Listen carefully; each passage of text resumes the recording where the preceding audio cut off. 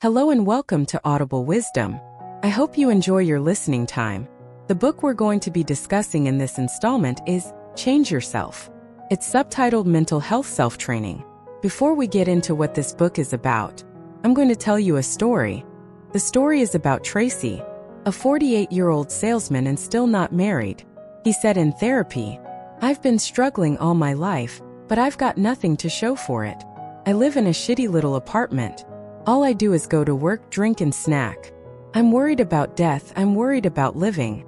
I worry about being alone for the rest of my life. The doctor suggested I take antidepressants.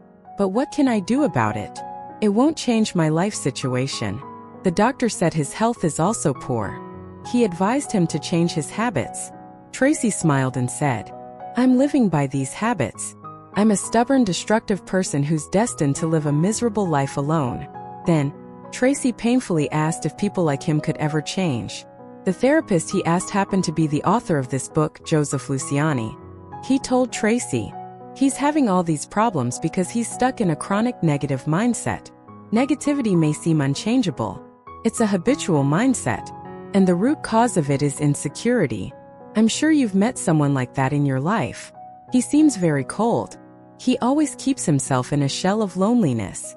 But in reality, he just can't accept that he's not in control of his relationships. It's very unsafe for him. There's a poem in ancient city called Avoidance. It's written like this: "You don't want to plant a flower. You say I don't want to see it fade.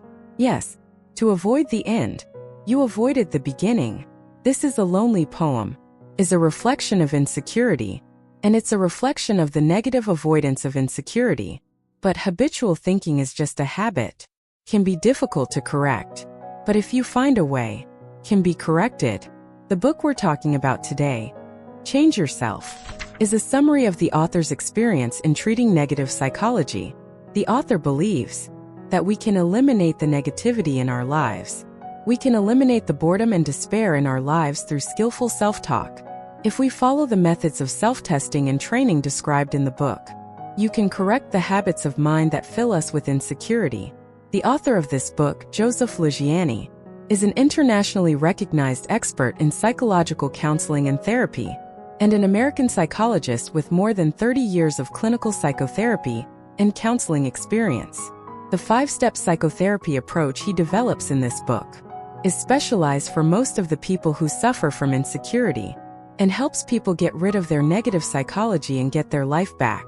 Next, I'll introduce you to the 3 key points of this book. First, why insecurity is not innate, it's just a bad habit.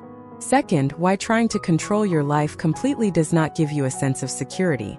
Third, how to get rid of insecurity through 5 steps of self-training.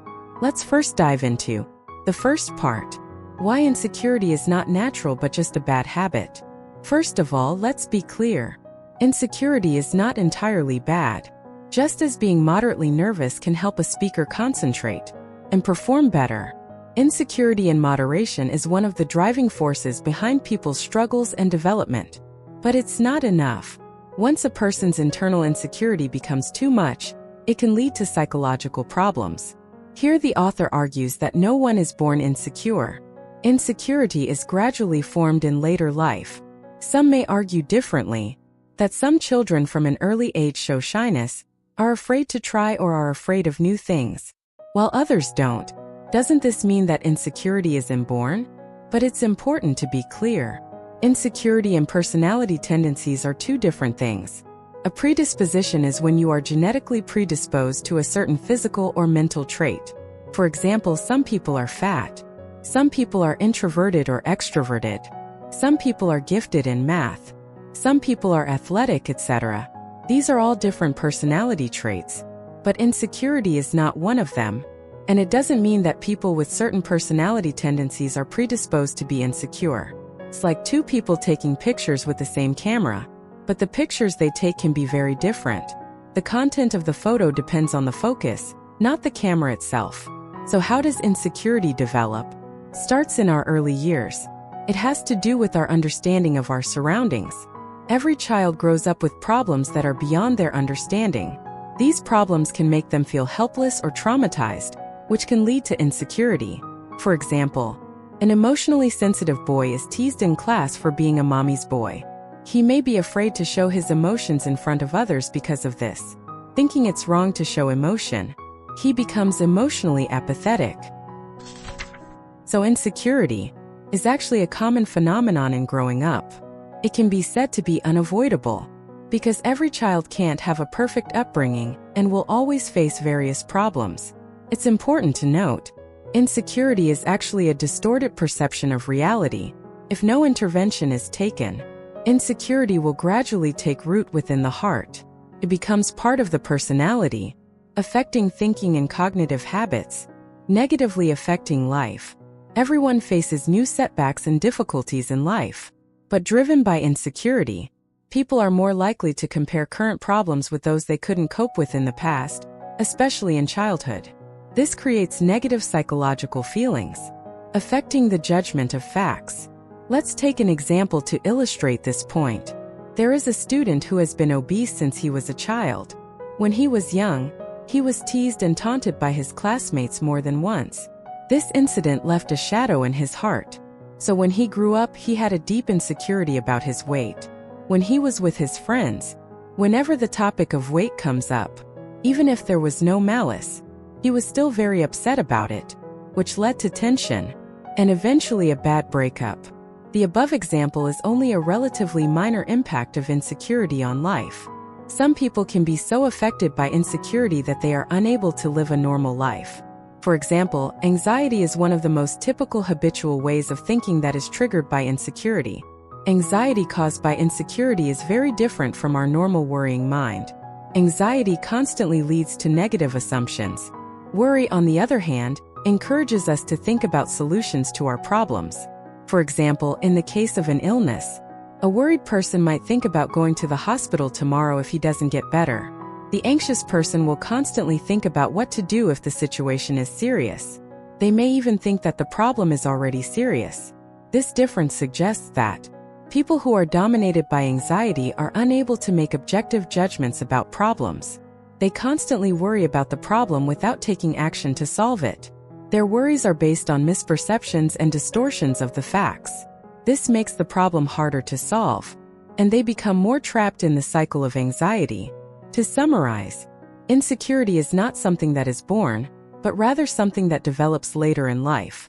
Often it develops as a result of childhood trauma, because insecurity is based on distortion and misjudgment of reality. Once insecurity is allowed to become a habit, it often affects the individual's thinking and cognition. In severe cases, it can even interfere with normal life. So, if we can have an accurate perception and judgment of life, can we get rid of insecurity and gain a sense of security? Let's delve into the second part. Why trying to control our life completely does not bring us a sense of security. Before we begin this section, we need to clarify one concept first. Control is a human instinct. When people feel they are in danger, they instinctively seek control to protect themselves from harm. For example, when we lift a baby and then suddenly put it down, the baby will instinctively grab our arm. For an infant, the sudden loss of support is a dangerous state, and his grip on our arm, it's a sign that he's trying to maintain control and avoid falling. This is also very common in other scenarios. For example, when falling into the water, people will desperately struggle to try and grab the grass on the shoreline. Or when there is an accidental fall, the first reaction is to quickly grab an object nearby. Control is supposed to be a useful instinct. It can help us avoid danger and live better lives. But insecurity is an emotion that makes people feel helpless and out of control. It drives people to try to control their lives, to gain a sense of psychological security. But if the desire for control becomes too strong, it becomes an obsession with trying to have total control over one's life. Then it doesn't give you a sense of security. Let's illustrate this with an example. There is a 28-year-old girl. She had a very happy childhood. She had a happy family. Her parents loved her, her friends loved her. Ever since she was a child, she dreamed of becoming a teacher when she grew up.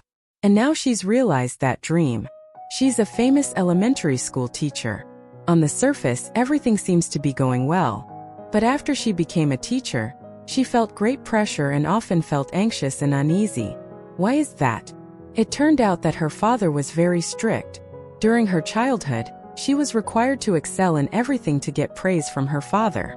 In fact, she was always insecure, because she thought if she didn't do well, her father wouldn't love her anymore.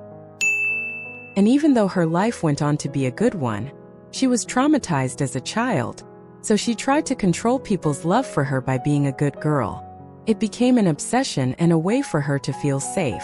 So when she's at school, facing a group of uncontrollable students, she naturally feels helpless and anxious. This is actually a strategy to control her life, the pursuit of perfection. There's nothing wrong with striving for perfection, but if one is obsessed with the need to be in total control, then it often leads to a life of harshness. Any form of criticism or blame becomes unacceptable, because her sense of security is dependent on the judgment of others. What needs to be understood is that we can't control what others think of us. Therefore, striving to be a flawless person is unrealistic. There is another control strategy when faced with an insecure environment, and that is avoidance. For example, drop what you're doing and go for a walk to relax. Keep your distance from people who have the flu so that you don't catch it. Decline an invitation from a friend because you're already tired, etc. The control here is to isolate yourself from danger by controlling your behavior. But a person who is filled with insecurity will also isolate himself from life. You're bound to meet someone like this in life. He seems to be very emotionally cold. No matter how warm people are to him, he doesn't seem to want to get involved with others. He just keeps himself in a shell of solitude. But in reality, he just can't accept being out of control when he's in a deep relationship. It's very insecure for him. Another type of control is trying to control the people and things in your environment. The main tactic used in this type of control is deception. There are 3 different levels of deception: white lies, gray lies, and black lies. White lies are most often about not being able to say no. It's hard to say no, often saying things against their will in order to please others.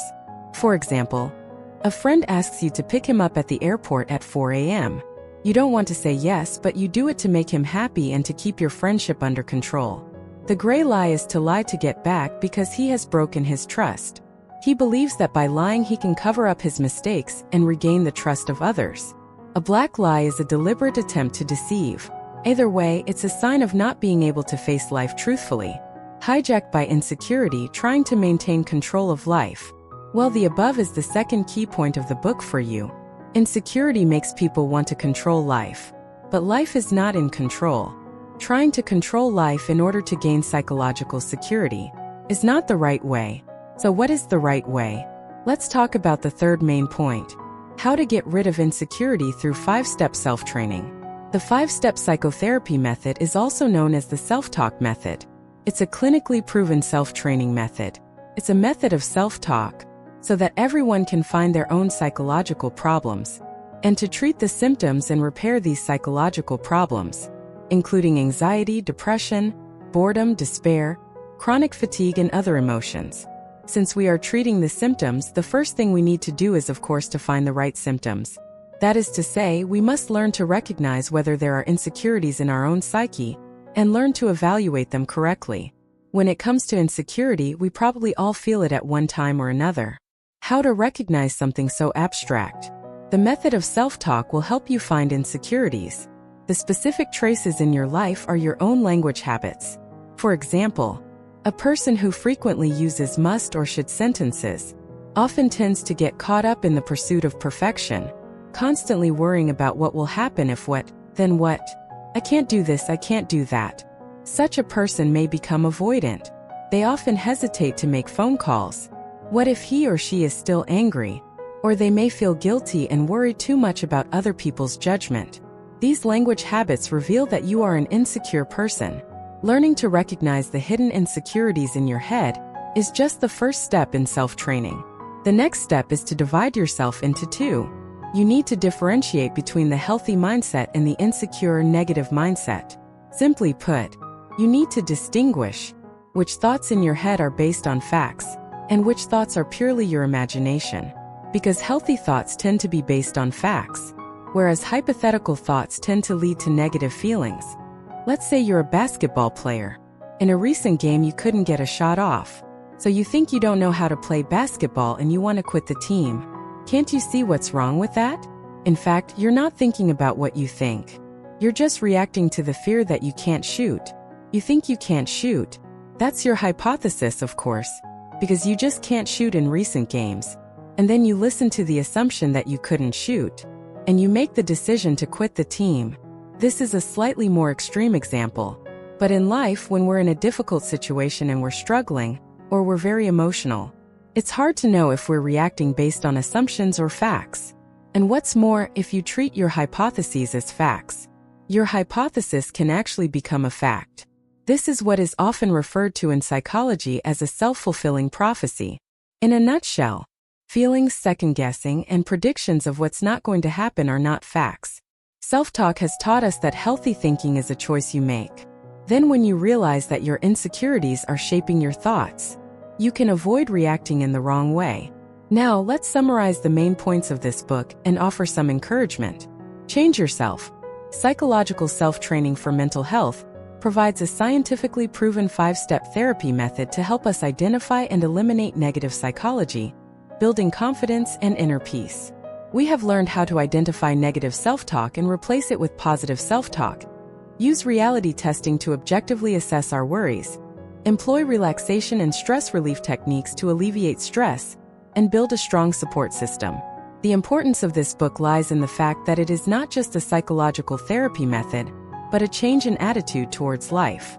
Through these methods, we can change our thinking patterns, learn to face life's challenges more positively, gradually overcome insecurity, and build a healthier mental state. I encourage everyone to try the methods in this book. Don't be afraid of failure. Each step is progress. As long as you keep practicing, you will notice a gradual change in your mindset, becoming more positive and confident. Remember, change is a process that requires time and effort, but as long as you persist, you will definitely see results. Finally, I want to say to everyone, no matter what difficulties you are facing now, believe in yourself. You are not alone. We all have moments of anxiety and fear, but if we bravely face them and use these scientifically proven methods, we can find inner peace and confidence. I hope this book can help you out of your difficulties and welcome a better future. Thank you for watching today's video. I hope you enjoyed it. If you find this book helpful, please share your thoughts in the comments and recommend it to friends who might need it. See you in the next episode.